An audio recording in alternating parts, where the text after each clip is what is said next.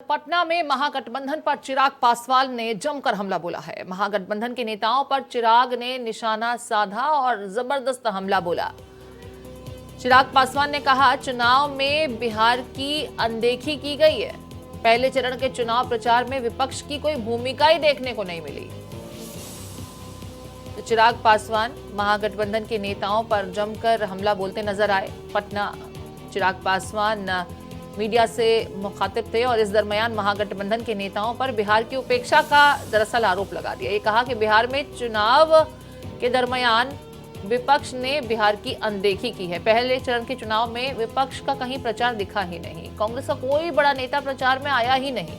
वाम दलों का कोई बड़ा नेता प्रचार में मौजूद नहीं रहा। पीएम मोदी के प्रचार पर सवाल उठाने को लेकर के चिराग पासवान की ये प्रतिक्रिया देखने को मिली।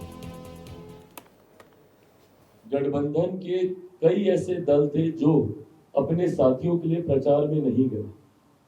कांग्रेस का कोई बड़ा नेता, वाम दलों का कोई बड़ा नेता प्रचार में नहीं आया। ऐसा लग रहा था जैसे पहले चरण के प्रचार में विपक्ष की कोई भूमिका ही नहीं है। मात्र 1-1.5 दल के लोग प्रचार में लगे हुए थे। उसके अलावा कोई बड़ा नेता केंद्रीय स्तर का।